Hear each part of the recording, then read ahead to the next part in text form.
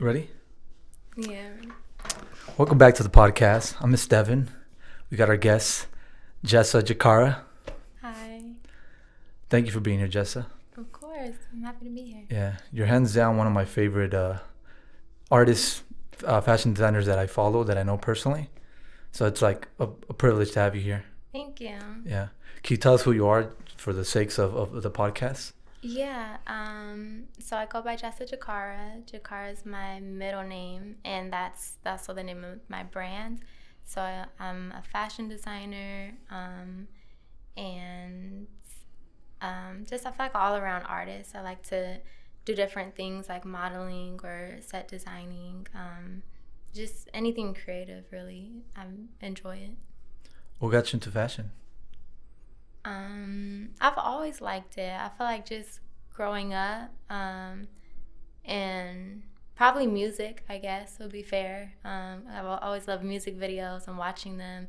I feel like that kind of influenced everyone growing up and how we dress. So Yeah. I feel like it kind of started there with like the baby fat and the bell bottoms and all of that. And like ever since then, it was kind of like, I don't know, that's just what we did. Yeah, that was one of my, for me personally, like Fat Farm. Yeah, it's just, that was it. Like Echo, all that. That was Yeah. like in the '90s. Yeah, but just '90s videos are so prevalent in like LA people growing up.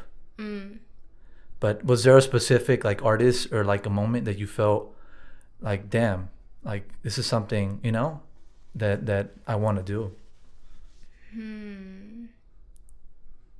I don't really feel like I can credit one thing or person, but I will say like it definitely started with the music videos, and just watching like hip hop, and then dressing like it just kind of came from that, and then from there, just I kind of always like to draw, but I was never good at it. So I would just draw like what I would like, dreams, really, like my dream. I would design like my dream house or my dream room, or I would draw like backpacks and stuff. And when I was really little, I had a purse collection, and I think it started with like like the Sunday church purse. Yeah, yeah. And it kind of like grew from there. But yeah, I don't know, it's just like it happened very organically. Just kind of happened. I know for me, like fashion was, I remember as a kid maybe being proud of these pants that like the ones that kind of split into two and split into shorts. Yeah. I think at that moment, and I was really big into like Hawaiian button-ups as a kid, like in elementary. Okay. That was my thing. That was like my swag. Yeah. With the Converse, where you stuffed them with socks. Stuffed them with sauce. You never stuffed your Converse with socks? Because they hurt, or No, as an aesthetic, like the whole. It was kind of a cholo aesthetic, but it was it at least in Pasadena. But I remember for me, that's what made me fall in love with fashion. And I used to actually I wanted to design, so I didn't know how to. So we just got paint and just started kind of throwing paint on our t-shirts, just kind of like Shaka Pro Club. Nice. That's how I grew up. Okay. And that was my first like entry into fashion. So I'm always curious to ask like fashion designers like, what got you into, like, what was your first thing? What's the first thing that you made that where you like told yourself, damn, I want to do this. I want to be a fashion designer. I want to make things. Well, I think the first thing I made was probably a pillow. My home life was always really creative too. And I guess I can kind of credit that to my stepmom. She was always doing like arts and crafts because she was a stay-at-home stepmom. So she would always have like scrapbooks and like different projects. So we're always like very creative in that sense. And then I also went to an art middle school. So, but there, like I did piano, but it was just like being around the arts. Like there was theater, there was dancing, music, of course. So yeah, I don't know. It all just kind of like came together. Like I was always inspired. And so like the way I grew up, I was just always known to be creative, even if it wasn't fashion. If it wasn't fashion, it's just another medium of like expression, right? Mm-hmm. That's cool. But I'm sorry. No, go ahead. How I did choose fashion though, in high school, I ended up taking a fashion class, as like an extracurricular. And then, but I also took forensics, and I was super into forensics. Like I love CSI, NCIS, all of that. And so when I graduated, I kind of had to decide like what I wanted to major in. And I was really going to major either in forensics or fashion.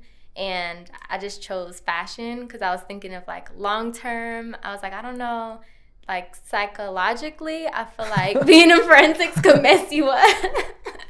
Like seeing dead bodies and stuff all the time. That changes your tone of how you interpret like really dire like situations, right? Like, Right. And yeah, just and then that changes like your everyday life. So I don't know, it was kind of extreme, but I really loved forensics. Like I took a class my senior year too. So I was taking fashion and forensics, and at the end of it I was just like, I'm gonna go with fashion. you go with fashion. It's two different things. It's like, you know, it's like black and white. It's two different like Yeah, completely things. different. Yeah, and they make you an artist. But it's one thing. I've already mentioned it before to another friend, but on a different podcast. But like, there's this producer, a director, Robert Rodriguez. He, I'm sure you know of him because he made Spy Kids. He I made Spy love Kids, Spy Kids. but he made Spy Kids for his kids. But one thing he talks about is just kind of like expression and how every aspect of your life is art. You It know, is. cooking, and you kind of you embody that because you said yourself you've done different aspects of art, whether it being music, and now fashion, and I'm sure to some extent maybe forensics is fashion. I mean, not fashion, but like art form. Yeah. It's an art form to so we live these lives that are art, but just kind of interpreting, you know, how to apply that to actually creating something. Right. Yeah, yeah. But I know your brand's like your whole thing is it revolves around like sustainability, right? But fashion isn't known to be sustainable. It's one of the biggest like producers of waste, right? Right. It's like the second most polluting industry in the world. So, and I feel like a lot of people don't know that, and at the same level don't care Yeah. either. So it's a problem. It just keeps getting worse. Well, what made you want to take that approach versus just kind of a traditional like? Just regular designing. Okay, so when I was taking classes at I was taking classes at the local community college of Long Beach, and I took a textile class, and that class really basically changed like my entire course of designing, because the teacher was super passionate about sustainability, and she kept pushing this one fabric, hemp fabric. Hemp, yeah. Yeah. And at the time, like I hadn't heard of it. This was like maybe 3 years ago. And she was just like super passionate about it because it was like so sustainable. It didn't take a lot of water to produce. And it could be recycled. And I was just like, what is she going on about? And I always, as a designer, I've always loved textiles. Texture and color are like my main thing. I really love that. So I was really excited to take this textile class, and when she brought that up, I was like, what is she talking about? And it made me like want to learn more about it. But at the time, even now, there aren't really sustainable classes being taught. It's not really something that is brought up in design at all. It's just they'll teach you like about the fabrics and basically how to do it, but they don't really teach you like the pros and cons of the industry, which I feel like every industry should be doing that, you know? Like you should know what's going on in your industry, whether it's good or bad. Being like conscious of like your output, right? How it affects other people, right? Right. And just like the industry you're getting into, like what your footprint is going to be, like what you're really being a part of, you know? Yeah. Do you ever see yourself kind of becoming that, being a teacher and just kind of providing that just from your experiences, being like, no one's taking the approach, let me be this person to kind of teach up and coming people, like, you know, being of sustainability and just kind of how to do, you know, do what you're doing without like creating harm to like, you know, other aspects of life.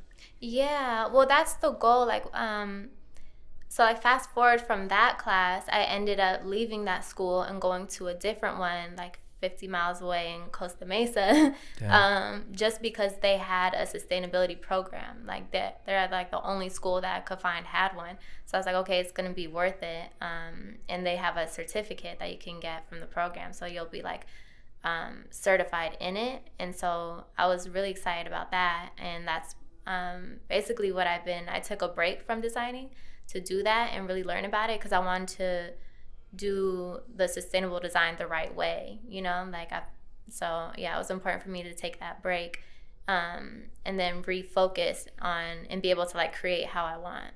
Yeah, because I know like they say like fashion on top of being wasteful, some people see it as a superficial art form, but like how it plays in your life, like how wearing the right jacket might change your whole perspective on on your day, or just like you see like things. I used to work in film, and how costumes really plays to someone's character. It's like Right. this whole saying, it's like you look good, you feel good. And it's Definitely. like how, yes, fashion might be at face value like seems superficial, but it's like it's meaningful because it makes people feel. I mean, I guess art form art in general is subjective, and just kind of how people perceive. Like for me, wearing the right glasses or wearing the right pair of jeans might make you feel a type of way. Yeah, definitely, it's all about it's really a part of your identity too, like how you dress. And I feel like hair is the same way too, like it's definitely a part of who you are, so it's important. I think any art form can be superficial. It's just all about how you use it. Yeah, you bringing up the whole hair thing. I remember this story that made me. There's a whole. I don't know if you remember this, but like a year, I think it was a year or two ago, where this high school wrestler. He was black, and he lived in a white county, somewhere in the Midwest, and they forced him Oh, to on this cut it. to cut his dreadlocks. Yeah. And I remember, and there was people in the media saying how it wasn't, like traditional media saying it wasn't as big of a deal because that was the rules. And it just made me think about like why did it make me angry, and it just made me think about, it's like how important identity is for you, and how with identity comes choice. It's like your identity is based on your choice and how the things you decide to do, whether it's you decide to cut your own hair versus someone forcing you to cut your hair. Right. I can't really believe that, like, I don't want to like blame the parents at all, but like that he actually cut it. Like, I don't know. I feel like I put my child in a different school before I'm like, we're going to cut your hair for wrestling. Yeah, yeah. But that was a really messed up case. I remember that. And I feel like in doing that, they definitely like stripped him of his identity, because he spent years growing that. And dreads, like specific in particular, have like it's more than just hair. Like some people they'll like grow it like for different reasons depending on the culture. Yeah. So yeah, they definitely like stripped him of his identity doing that. That was crazy. Yeah, I remember that, but it did. I remember being angry, Hmm. and at the time I had long hair, and it just made me think if someone, because like again, how it coordinates with like fashion and identity. It's like I don't know if you ever went to a school growing up where they forced you to wear uniform, No, but but for me in grade school they forced us to wear uniform, only a button up. But everyone just kind of found a way to kind of rebel against that. Whether it's like I always wore my outfits underneath my shirt, and during lunch I would kind of pull it up so people see my shirt. But like identity is really important, even to like you might think they're kids or it doesn't matter, but it's like whether it's your hair, whether it's your clothing, it's like these things are important to you as an individual, because like you said, people grow their hair for different reasons. It's the same like concept. People wear different things for different reasons, whether it's you're, for me, or just people in general, you're transitioning from like a weight, and you're just kind of trying to hide that from people. mhm. But it's like people do different things but for different reasons, but it's a matter of choice.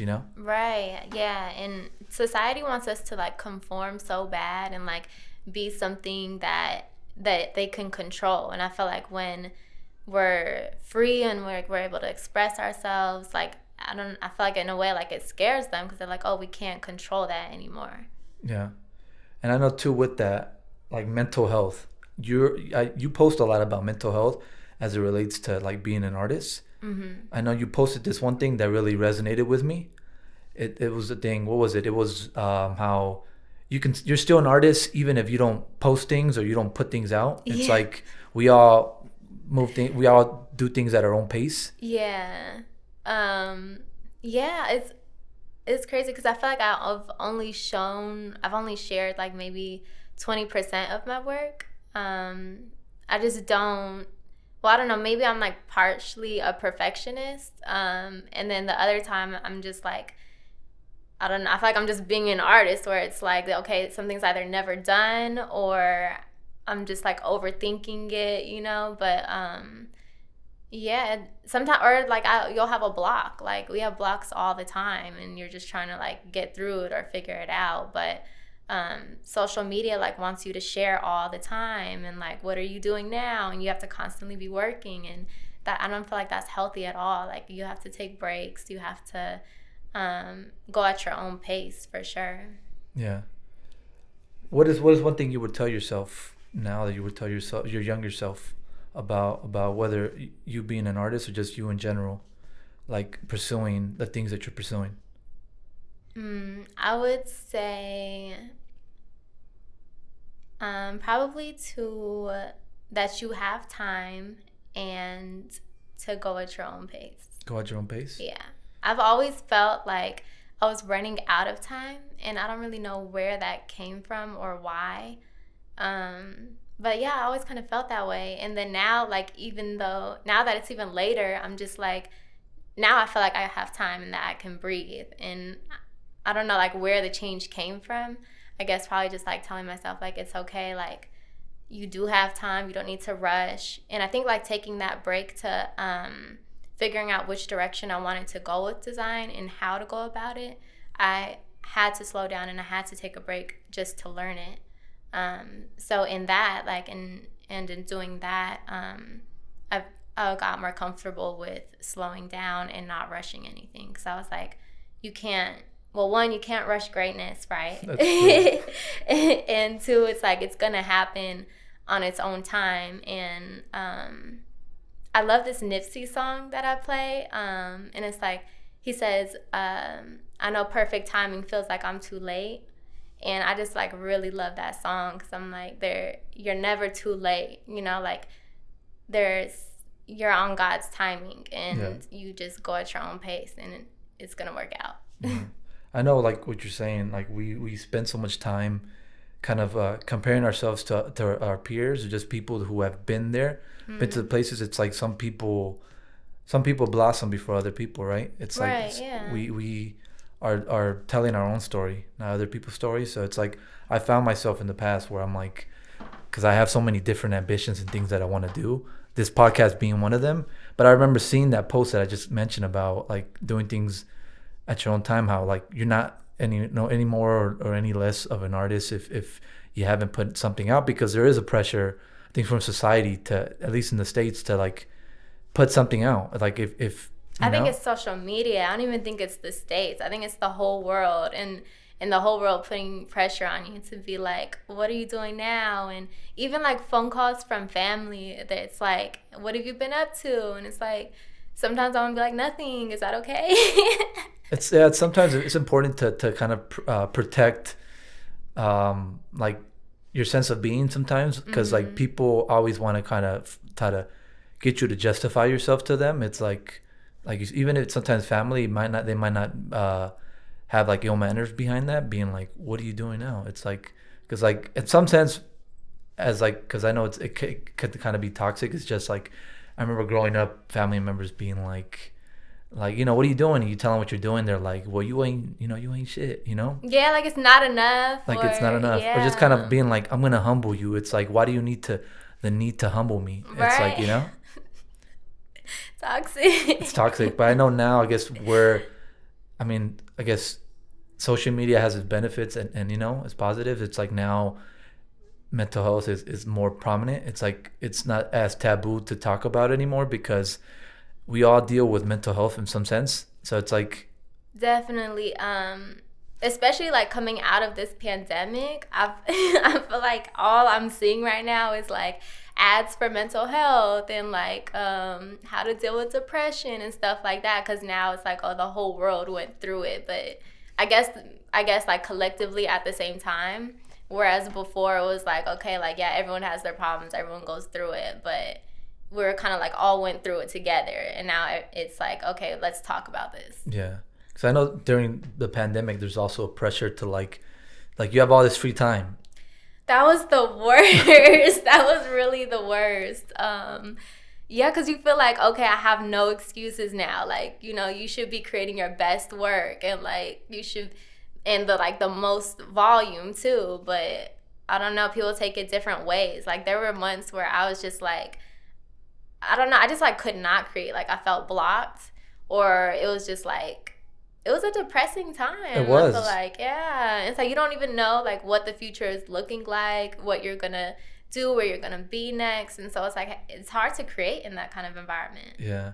It's no, yeah. It's because like I gained weight, I gained a good amount of weight, eating my feelings. But I remember like I wanted to start a podcast during like the pandemic. It didn't get anywhere because of that. There was like these pressures that like, I mean, was I guess with social media and just society in general. It's like you have all this time. It's like, no, because I'm still living my life. It's just it's not, my life isn't on pause. I'm still going through it. Right. And that thing was like kind of balancing like your emotions with like your ambitions, you know? Yeah, it's a constant battle because like your emotions on are not on the time that on your timeline that you have, you know? Like so it's like, oh, I want to go out and do this today, or like I have this planned, and like when the day comes, like you feel like shit. So Yeah. Is there anything like things that you go like your rituals that you do to like kind of put you in the mood to create? oh,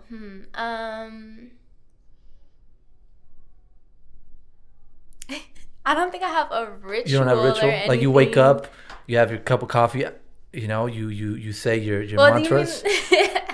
Well, yeah, but that's like a daily thing, you know. Like that's to get me in the mood to like live the Yeah. day. But hey, it plays to you. Your day plays to you. These mantras to you. You know. Yeah, but if you're just talking about like being inspired, Yeah. definitely I love to go out into nature because I feel very grounded there, and I can clear my head. I love to go downtown and just look at fabrics. Not even like I'm not even gonna buy anything today, but I'm gonna look around and like be inspired by what I see, and go home and think of designs off of what I saw that day. Or I'll just luckily like in the time we are now, I can just scroll and like look at like color palettes, or I can search like movies. And I love, while I'm creating, I love to watch movies, and just kind of like set something visual like while I'm working. I don't know, it just kind of puts me like in a good headspace. Yeah. What are movies or people who are inspiring you right now? Um, this wasn't too recent, but I guess not so much. Well, movies too, but a lot of them are series because I like something that could just go on forever. Yeah. But I loved Mad Men. Mad Men. Oh my god, it was so good. Like the design, like Yeah. from the architectural design to the costume design. Like I just like the whole thing was like so visually pleasing. Yeah. The fashion, the whole like, yeah, that whole mid-century modern feel, like it's alive for sure. Like it's kind of, Yeah. I try to implement though. It's kind of hard. It's like there's so much good like aesthetics that you want to apply to your life, but sometimes they don't kind of work out. It's like, Yeah, sometimes it just doesn't match the modern world, but Yeah. you could take that as inspiration and put your own twist on it, you know? Like it's cuz I was like what, like 60s, 70s. So yeah, I really love those eras for sure. yeah, The colors, I love like how their house was, like the what they call it, the conversation pit. yeah. Oh, the dip, right? Yes, I love Yeah. that so much. Like in my mansion, I'm gonna put that You know, put there. that. I know too. It's like what's coming back too from that. It's like roller skating. Yeah. I know it's bigger. Like I was doing a lot of research because I actually bought a pair of skates myself. Me too. Yeah, that I want. I want to start doing. I've been wanting to do it before the pandemic, just because I saw. I grew up around a park, and the park had like it was outdated, but it had a roller rink outside. Wow. They Okay. broke it down like a couple years back, but like as a kid, I remember riding my skateboard around there, and I kind of put two and two together that it was a roller rink, Hmm. and how popular it is. But it's like how things with like fashions, they reinvent themselves, they come back into fashion, you know? Yeah, definitely. I like to roller skate too. I was gifted some like a few years ago, and then during the pandemic, just saw everyone out there with it, and I was Yeah. like, wow, like let me get mine out Do you again. do it? You did it? Yeah. Where do you go? The most random parks. Like sometimes I'll meet up like with a friend, and like go to their neighborhood. But in mine, there's not really one. Like it's Carson is a very like industrial city. It's Yeah. just trucks and stuff. So I was like on the street just practicing. Yeah.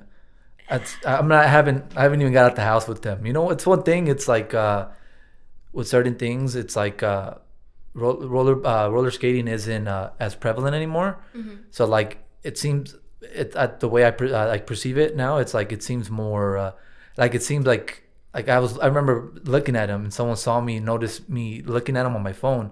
It's like, and they made a comment. It's like because right now it's kind of seen as feminine a little bit, Mm. and how like I guess in fashions too, it's like similar to the topic. It's like some things are perceived as being feminine, so it's kind of hard to like I'll tell you this right now, just as the sake of talking about these pants are actually women's pants, they're Okay. women's jeans.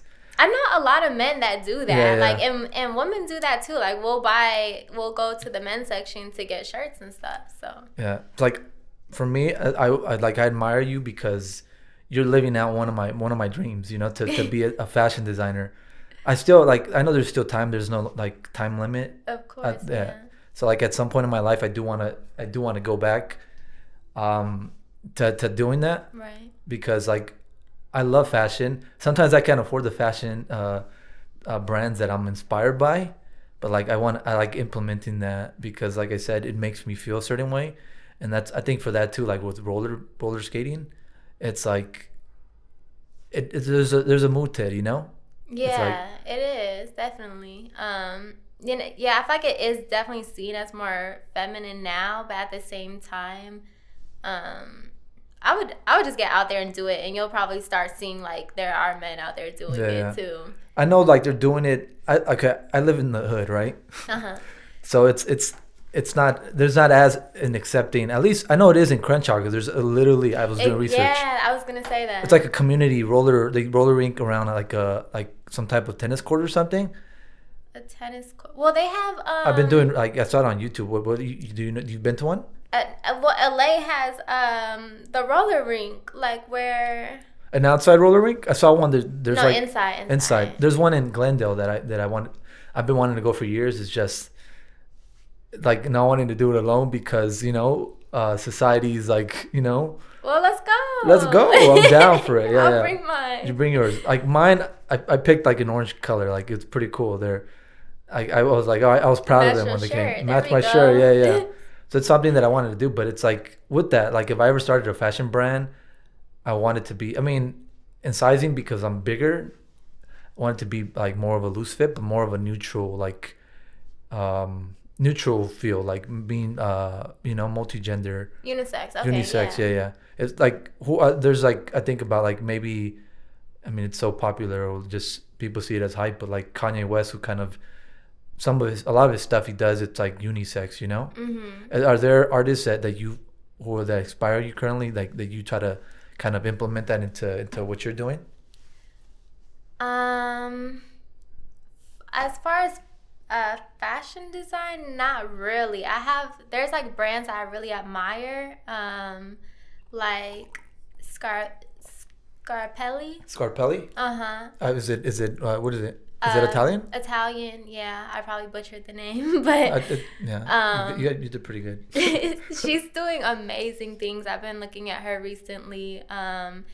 A lot of like gold jewelry statements. Like she'll have like a gold ear. She'll have like a nose on like a jacket or something, and then she has some of these like 19th and 20 no like yeah 19th century cuts, and yeah, it's just like very like high fashion, but also like avant-garde, and I really love avant-garde design. That's one of my favorites, and that's what I was aspiring to before I got into the whole sustainable thing, which I mean they can definitely coexist, so that's still like a goal, I believe. Also like Mason Margiela, I love them. Yeah. But it kind of goes in and out. Like, so, like I'll watch them and sometimes I'll be like, wow, like this is amazing. And then sometimes I'll see a collection and I'm like, well, I don't know what happened. Yeah, where they took, like Kanye's recent like collection. Do you see his jacket with Gap? No, I have. It looks kind of like an IKEA bag mixed with Oh, I have. people calling it. I get the aesthetic, and I'm like, it's kind of cool, but yeah, like it's too, I guess, risque, as they say, But It just wasn't hitting. it just wasn't hitting. But sometimes I think it comes too with like you're so popular that you start thinking that like any choice that you make is gonna be good. You get to a certain okay, Kanye is Kanye, But like other designers that I admire right now are like Heroin Preston. Even though like these brands like Fear God, I can't necessarily. I mean, I can afford them. It's just for me, I'm very frugal as it relates to like this is a $15 Uniqlo. Like I don't like to support fast fashion, as they say. Yeah. But like a certain pieces, like basics, that I'm like I want to dress a certain way, but I also don't want to, because it being wasteful or just for me, I like a good bargain. So that's the way. So I guess that's the battle. That's really the battle. It's like a balance, right? But I know for you too, it's like you're essentially a artisan designer because you make everything yourself, right? Yeah. So it's like people. I don't know if you, but I know like for me when I tried doing something similar, where I try to make T-shirts, it's like people don't respect or people don't know or just kind of play into mind. Maybe it's just something that's like passive, but being like, you spend a lot of time doing this, and it cost you like you probably got the premium fabrics that you got, and on top of that, you made it in the USA. You made it in Los Angeles, so it's like it's not. This isn't made in like Vietnam or Turkey or whatever country it's in. Yeah. So it's like, do you deal with that with people trying like when you're, because I looked up your stuff because like forever I've been asking you about making men's fashion. Yeah. Because like I'm a fan of yours. Thank you. Yeah, like I wanted to buy some pillows from you. I was going to talk to you about this, but just about that, like how people start coming up with reasons to try to justify why your price it's too high. Yeah. Well, I feel like I'm probably going to deal with that in the very near future, but so far, I'm very like particular about what I put out and how, and I haven't done production on my designs for a reason, because I was like, well, I know like what it's gonna cost, I know like what it's worth, I know like the work that's gonna go into it, and I'm just like feeling like the climate of things, and it doesn't feel like people are ready for that. Like you have to really have a solid customer base that can appreciate it, because everyone is so stuck on like the fast fashion and like getting it as fast as they can, as cheap as they can, and that's just not what I'm doing. Yeah, it's not what like your whole like mission statement is about, right? Yeah, exactly. So I know that's definitely going to be a challenge. Even like with the collection I'm working on right now, I'm just thinking about pricing, and I'm just like, I know some of my friends are going to be like, this is really expensive, and I've even had some friends that the stuff I have put out, they're like, oh, like I love it. I wish I could support, I just can't afford it, and I'm like, that's fine, Yeah. like, yeah, I know you support me as an artist and like you share and stuff, and that's fine. So it's definitely okay for it to not be for everyone. Yeah. But I know affordability is also very important, so that's like a hurdle I'm still working on. Yeah. I know, like, similar for me, I don't want to bash any of my friends, so I won't say any names, but like doing things, it's like, especially like with art, right? Like whether it's like this different type of media photography, sometimes people don't, because like you're saying, people say they can't afford it, but they'll go and spend $1,000+ on a Louis bag, True. So it's like people a lot of times, I guess, are at fault, where they're like, they only want to start supporting you when like when you become mainstream, or you become, you become known, So it's like it's a balancing act, because there are people that uh, you know uh, mean the best in like supporting you, but they just can't like come to sense that like your stuff is actually worth it, or it's worth paying that price. Because when I buy pieces, it's funny, but I buy pieces that I could see myself wearing for the rest of my life. Yeah, that's what clothes is supposed to be, and that's really how it started out, like from the beginning. It's like you make something and you made it to last, and you would pass it down to generations. And when we talk about like high fashion and just like designer fashion, that's exactly what it is. It's like you're investing in that piece, and it's you keep it for your whole lifetime. It's like for your wardrobe. It's for like future generations. And I think people just don't value clothing like that at all. They don't see it like that, because all they're seeing is like the next sale, Yeah. basically. It's like the way I see it is like the way I sell it to people, and maybe you should take the same approach, being like you're not buying a piece of clothing, you're buying an investment in your happiness and your mental health. It You know, is, yeah. it is. It's like it's just a change of perspective, being like I tell people, I have certain rates that I have, and they might say they're too high, but it's like, no, you're not buying someone to record you. You're buying, it's an experience, Exactly. Yeah, you're buying an experience. So it's, for me, I always try to take that, being like, the value is different than you perceive it to be. It's not what you think it is. It's like an overall thing, because a piece of clothing, a pillow in your sofa, the aesthetics of your home can really make you feel a type of way. Yeah, exactly. It's like it enhances your lifestyle. But people are so used to like things coming and going so fast, and just throwaway culture. Really, I feel like that really like just ruins the industry. Yeah, yeah. Do you see things changing? I do, but I feel like it's gonna take time, which is fine. But I mean, just a lot of damage is still gonna be done. It's Yeah, still yeah. gonna be happening, and it's hard to reverse. Like a lot of the damage that this industry has already done is irreversible. Like it's killed coral reefs, it's killed forests, it's killed people.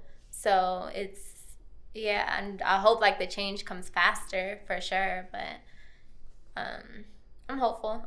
You're hopeful? Yeah, I do see like some changes. Like there are companies now that it's more on the forefront, of like ethical fashion, sustainable fashion. I feel like companies have been kind of like forced at hand to make changes, Yeah. because they were just kind of like blasted for doing bad things. Hmm. But at the same time, what came out of that was a lot of greenwashing too, and like pretending that they're like this eco-friendly company, and like to get like that market. So it's yeah.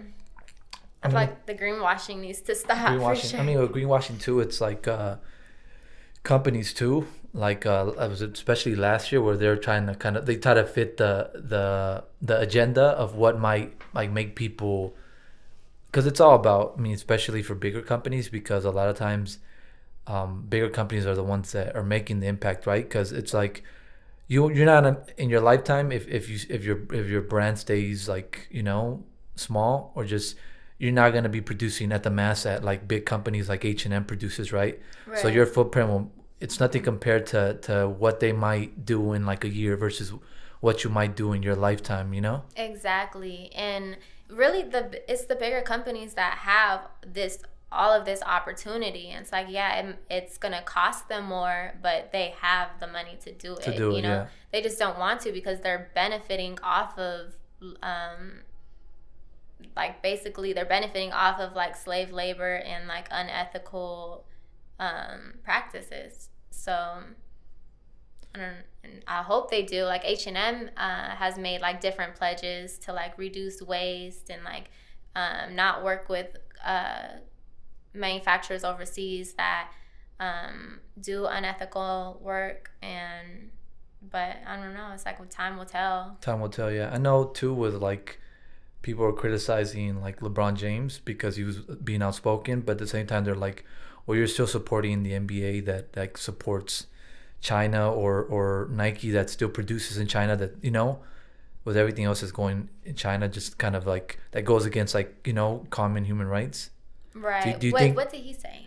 Well, LeBron James was saying how well, this he was talking about, human rights, and they said you're not in a position to talk about human rights because you're in support of, by you not speaking out against like China or just in general against Nike, that uses, in some sense, I know they get paid better now, but like uses essentially slave labor, Yeah. that creates a certain environment for these people.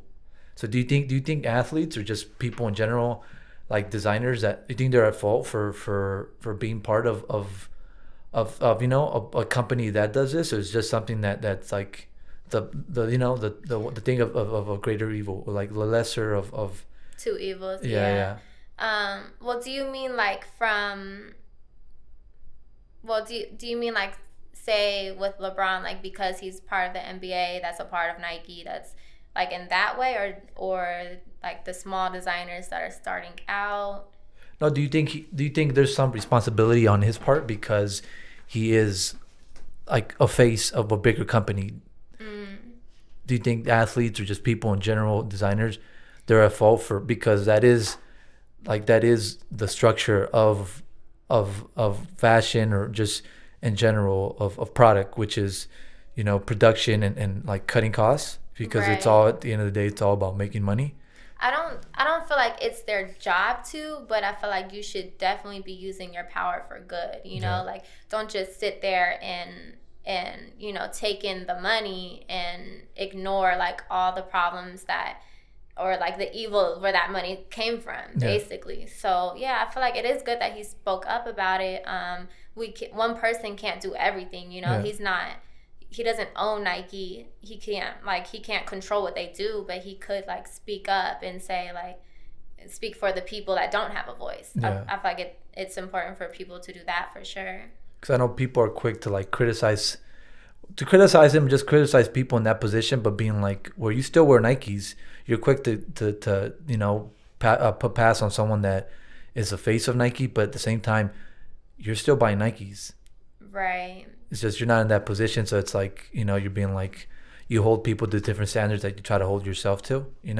Yeah, I mean it's hard because it's like, well, if he does, I feel like him saying something is rather than him not saying Saying nothing, anything. right? Yeah, so I don't know. Yeah, It would be better if he, I guess, didn't partner with Nike. yeah, But I mean, that's, I don't know. I think about that a lot too, like the activism that they try to do with like the minimum. Like, yeah, they have a voice, but they don't necessarily, their power isn't as big as their voice. So it's like sometimes people are asking for too much. Like, I'm yeah. grateful when they do use their voice, but you can't just like expect something to happen overnight.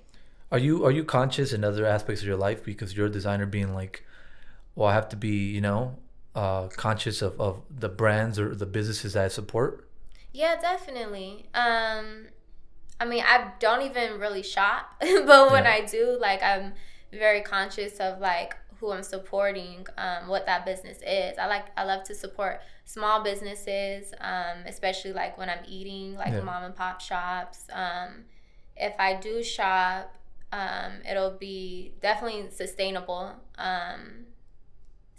brands, and then I try to support black and brown business as much yeah. as possible too, because it's like that, like, we need to be supporting each other. I feel like that should be number one. I know it's like one thing that I tell people too. It's like, because they see it as, upfront, they being like, oh, well, I don't want to spend that much money, but being like, no, it's not only that you're spending money, it's like you're changing the shift of power by empowering other people Yes. to, because money is power. It's like Hmm. you're enabling other people to have you know, Control control and and the yeah. resources to like make change in their community that can like, you know, be like a domino effect, being like, well, it starts with this community, but he might influence someone else that supports someone else. So it's like it's a, you know, a thing that comes around, you know. Yeah, definitely. It's people like to like kind of steer away from like they like to say like money is the root of evil, and I like in a way like I do see that, but at the same time like it can be used for so much good, and I feel like the reason there's so much evil and power is because of money, and it's like, but you're still feeding into that, you know, like you're Yeah. basically paying them, you're supporting them, like your dollar is your voice. So like you do have to watch where you put that, and it's like if you want to see change, it really starts with you and your spending. Yeah, I know you talked about at least was it last year when you talked about, remember you posting something about telling people it's like you have to be patient with your business because it's like you're a small business that's doing everything. I think I Yeah. remember you posting something about that, right? About how they have to be mindful that things take time to ship out because you're doing everything. You're doing everything yourself. It's like you're not Amazon. People are used to instant everything nowadays, and that's because like these big corporations feed it to them and they just eat it up like whatever it is.